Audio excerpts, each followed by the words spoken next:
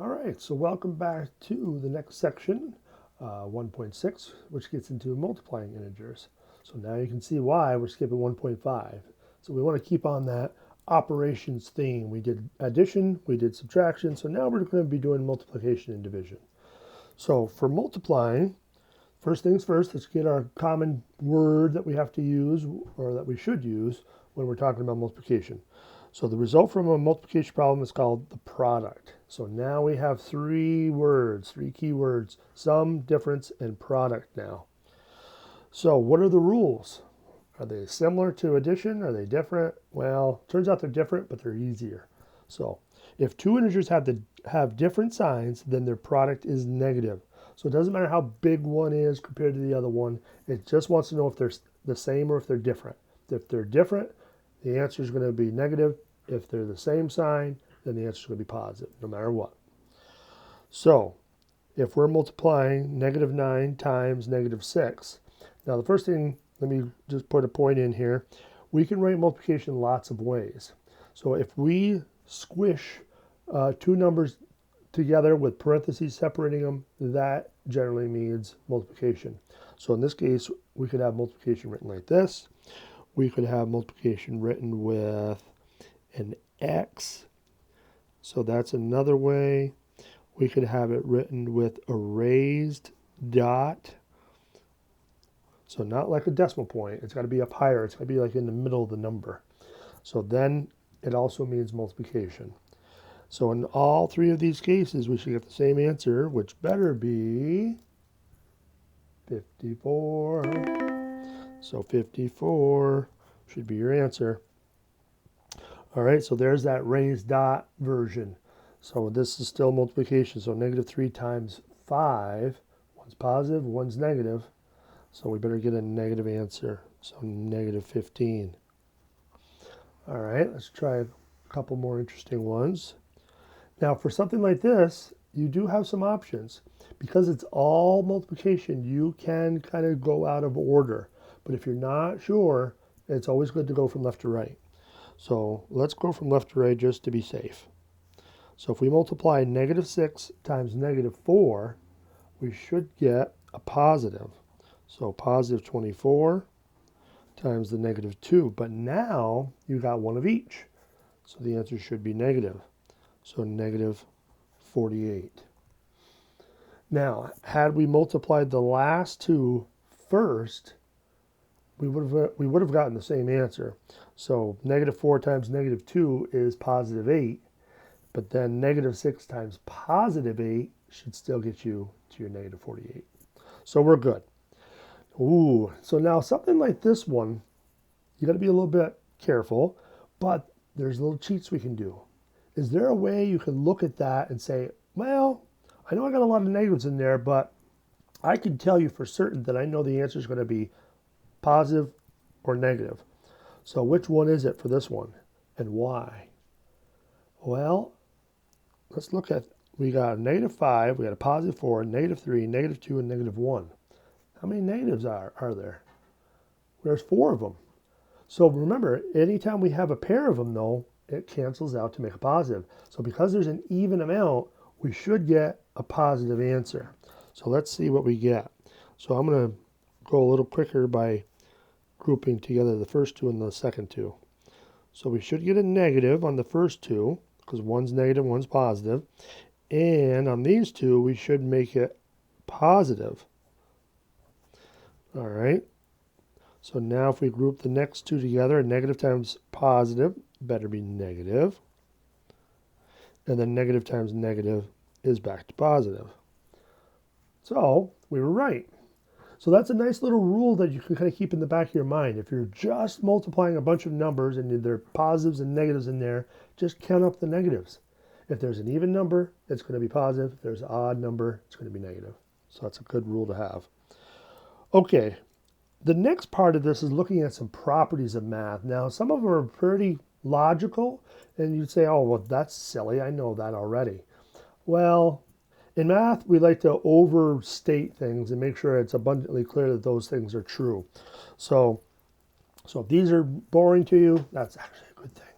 So All right, so the multiplication property of 0 says multiplying any number by 0 is 0. Duh, we knew that. So if we multiply by 0 on the one side, we get 0. If we multiply on the other side, we get 0. Good. Multiplying by 1. Multiplying a number by 1 does not change the number. I think we knew that too. So 5 times 1 is 5. 1 times negative 11 is negative 11. Okay, so those are a couple of properties we already knew. But like I said, math people like to overstate. Now the next few properties you might sort of know, but you probably didn't know the names of them. So let's take a look at these ones. The first one is the commutative property of multiplication. And the other thing I'll just say as a quick note is that it also works for addition too. So I could have replaced those with addition as well. It says changing the order of two integers does not change the product. So if I were to multiply 5 times 2, I know that's equal to 10. But if I flipped it around and said 2 times 5, well, that's still equal to 10. So it doesn't matter what order I multiply those in. I can flip it around and I'm still going to get the same answer. So, and you can see it would have worked if I had more complicated numbers. If I had a negative 41 times 3, I would have got a negative 123. But 3 times negative 41 is still the same thing. So be careful. So commutative, think commute. Stuff is moving. So in this case, the numbers are moving around in the commutative property. In the next one, it says changing the grouping of two integers does not change the product. So this one's a little bit different because look at the difference. We have three numbers we're multiplying. We got parentheses around the first two, but then the order of the numbers didn't change, but the grouping did. We are now grouping the 3 times the 4 on the other side. Well, what does that do to the answer? Well, the beauty is it doesn't do anything. It should stay the same. So if I were to multiply 2 times 3, I'd get 6. 6 times 4 is 24. Over here, I would get 2 times 12, but that's still 24. So that's why it's such a nice rule. It doesn't change. So you can have those parentheses anywhere you want, as long as it's all multiplication, though. That's the only time it works, or addition. So again, a more complicated version of it is this. But the big thing to keep in mind is the numbers don't move. They're all in the same order on both sides of the equals. The only thing that moves is where the parentheses are, or brackets in this case. Okay, so that's the next one. The last one is the distributive property. So the distributive property says multiplication distributes over addition. So if we have something that looks like on the left, we can rewrite it to look like something on the right. So I know, a little weird, but let's just kind of see if we can see the pattern.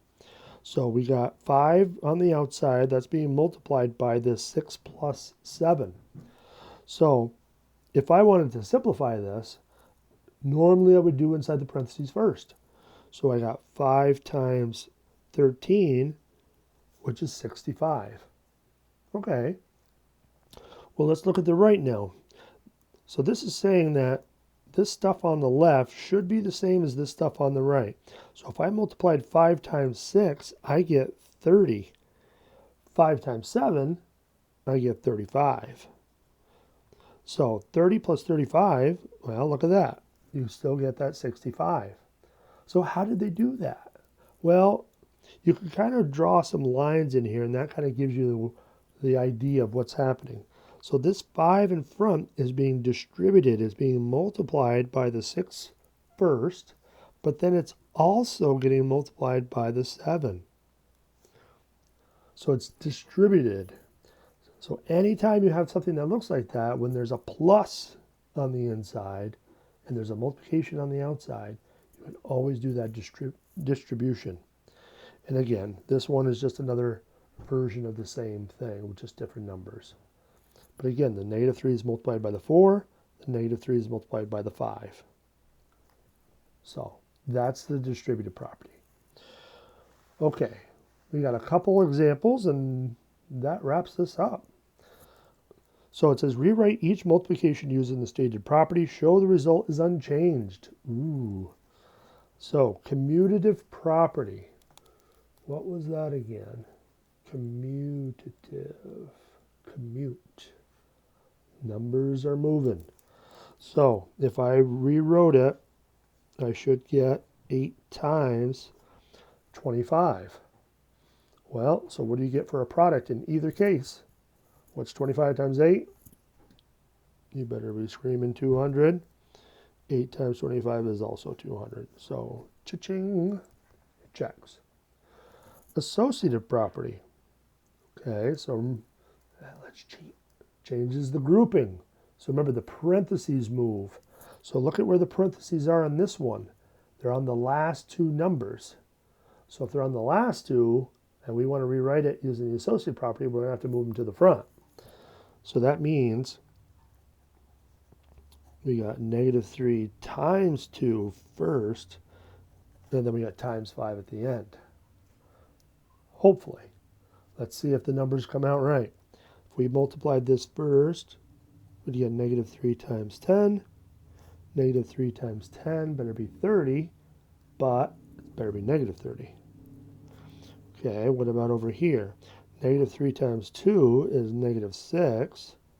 Times 5, well, look at that. We still get -30. That's what we want. All right, one more, and then we got an applied problem. So, distributive property on this last one. So remember, if there's a number outside that's being multiplied by a sum, we got to distribute it in. So that 9 has to get distributed to the -3 and to the 5. So, running out of lead here. So we got 9 times, there we go. Oh, there it goes. 9 times -3. And then we need our plus in there still. Oops, I'm going downhill fast, guys. Let's see what we get.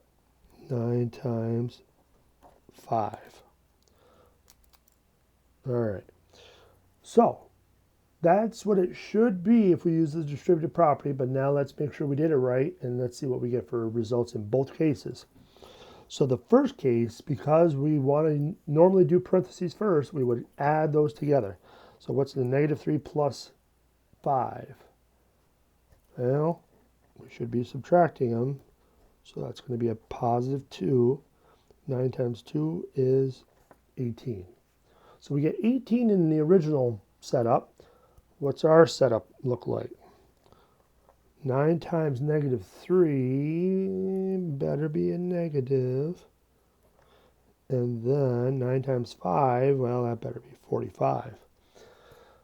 Okay, so now 45 and 27.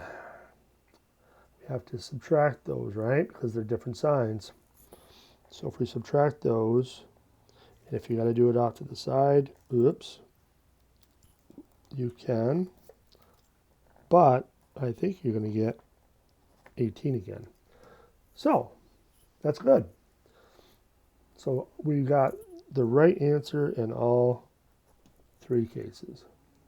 All right, let's try one more application. This video is going to get a little bit longer, a couple more minutes, so bear with me. Each of Maurice's 4 cats needs a $24 rabies shot and a $29 shot to prevent respiratory infections. There was also one $35 office visit charge. What was the total amount of Maurice's bill? Well, there's a couple ways we can tackle this. So let's see what we think on this problem. So there's 4 cats, okay, but they each need a $24 rabies shot. Well, so that we could figure out how much that's going to cost if we just multiply that, right? 4 times 24. So there's all the rabies shots done for all the cats. But they also need a $29 shot to prevent respiratory infections. So again, 4 cats, $29 shot. So we're going to have to add 4 times 29. So there's the rabies, there's the respiratory infection shots. So the only thing left is that one $35 office visit charge. So plus 35. So that should be everything. So now if we multiply first, we want to get these multiplications done first. So 4 times 24. Again, if you got to do it off to the side, if you want to use a calculator, those little things are not terrible. But again, the work and understanding the work is important. So if you just crunch it all in a calculator, but you don't show anything, it's not going to help you later on when you take a look at it. So really try to write those steps out. So 4 times 24 is going to be 96, plus 4 times 29, well, 4 times 30 is 120, minus 4 is 116, plus 35. All right, so far so good. And so now we just got to add all this up. Now we can add them up 2 at a time. We can put them all in a chain if we want. So 6 and 6 is 12, plus 5 is 17, carry a 1. 1 and 9 is 10, 11, 12, 13, 14. 14, carry a 1, and a 2. So it looks like we're going to get a grand total of $247. Wow, that's a lot. But there was 4 cats. Okay, so that's one way we could have done it. Now some of you said, well, wait a minute. What about doing it a little bit different? And why don't I just add how much all the charges for the shots would be for 1 cat and multiply that by 4? Well, that actually is going to work as well. So you're basically saying this. If I add the shots together first, but then multiply it by 4, that's going to give me all the shot charges. And then if I add the 35 at the end, I should be good, right? Well, you're actually using a property here. What property is this? What property are we demonstrating from this to this? You guessed it. It's the distributive. So the distributive property is being applied here. So we could have added those two together first and got 53,